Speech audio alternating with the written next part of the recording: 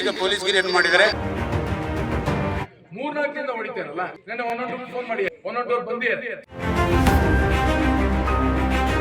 ಅವ್ರ ಮೇಲೂ ಕೂಡ ಮತ್ತೆ ವಿತೌಟ್ ಪರ್ಮಿಷನ್ ಯಾರು ಪ್ರೊಟೆಸ್ಟ್ ಮಾಡಿದರೆ ಅವ್ರ ಮೇಲೂ ಕೂಡ ಕಾನೂನು ಕ್ರಮ ತಗೊಳ್ತೀವಿ ಅಂತ ಹೇಳಿ ಮನೆಗೆಲ್ಲ ಕಲ್ಲು ಹೊಡೆದಿದ್ದಾರೆ.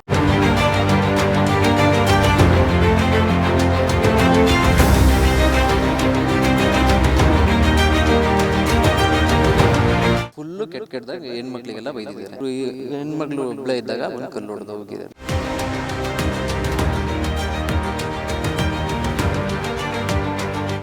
ಏನೇನಿಲ್ಲ, ಅವರೇ ಕಳ್ಳ ಹೊಡೆದಿದ್ದಾರೆ. ಕಳ್ಳ ಹೊಡೆದು ಇವ್ರು ಏನ್ ಮಾಡಿದ್ದಾರೆ, ಡೋರ್ ತೆಗೆದು ಹೋದಾಗ ಅಲ್ಲಿ ಕ್ಯಾಚ್ ಮಾಡಿದ್ದಾರೆ.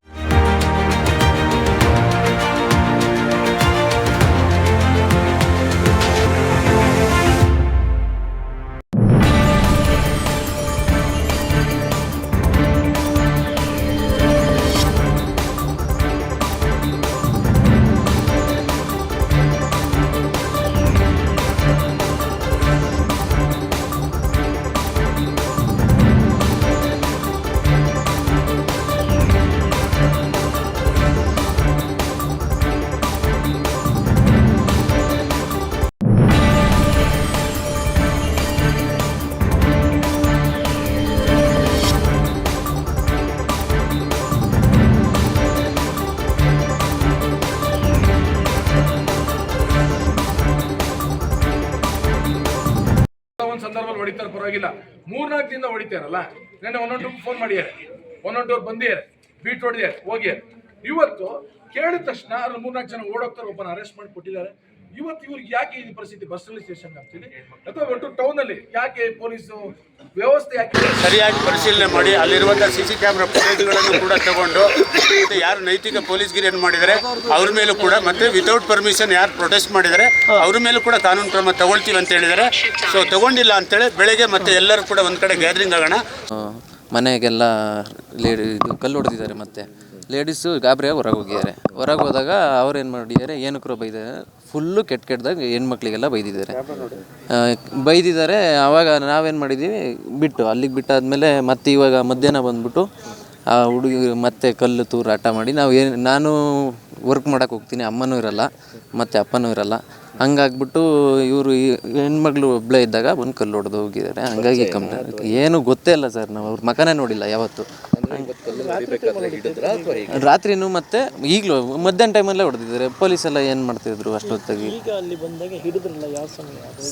ಈಗ ಒಂದು 9:30 ಅನಿಸುತ್ತೆ.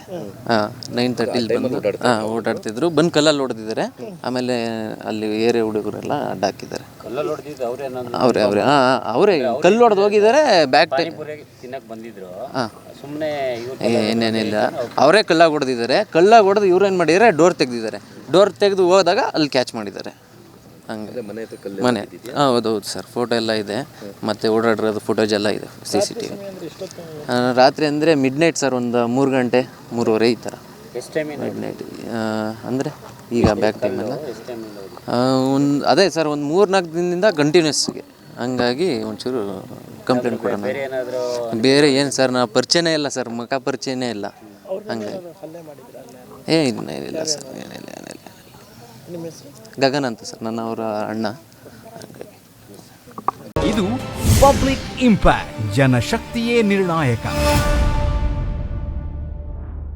ಜೀನಿ ಸ್ಲಿಮ್ ರೆಫರ್ ಮಾಡ್ಬೇಕಾದ್ರೆ ಕಾರಣ ಏನಂದ್ರೆ ವೇಟ್ ಲಾಸ್ ಸಲುವಾಗಿ ನನ್ ಬಾಳ ಜನ ಕೇಳಿದ್ರು. ಫಸ್ಟ್ ನಾನ್ ತಗೊಂಡು ನನಗೆ ರಿಸಲ್ಟ್ ಬಂದ್ಮೇಲೆ ಆಮೇಲೆ ನಾನು ಜೀನಿ ಸ್ಲಿಮ್ ಇನ್ನೊಬ್ಬರಿಗೆ ಪ್ರಿಪೇರ್ ಮಾಡಿದ್. ಸುಸ್ತಾಗೋದು ಕಡಿಮೆ ಆಯ್ತು, ವೀಕ್ನೆಸ್ ಅದು ಏನೂ ಇಲ್ಲ, ಪೂರಾ ಹೆಲ್ದಿ ಅದೇನೆ. ವೇಟ್ ಜಾಸ್ತಿ ಇರೋರಲ್ಲಿ ಏನೇ ಡೌಟ್ ಇಲ್ಲದೆ 100% ಬಳಸಬಹುದು. ಪ್ರತಿದಿನ ನಮ್ಮ ಜೀನಿ ಸ್ಲಿಮ್ ನ ಯೂಸ್ ಮಾಡಿ ಯಾವುದೇ ಸೈಡ್ ಎಫೆಕ್ಟ್ ಇಲ್ದಂಗೆ ನೀವು ಸಣ್ಣ ಆಗ್ತೀರಾ.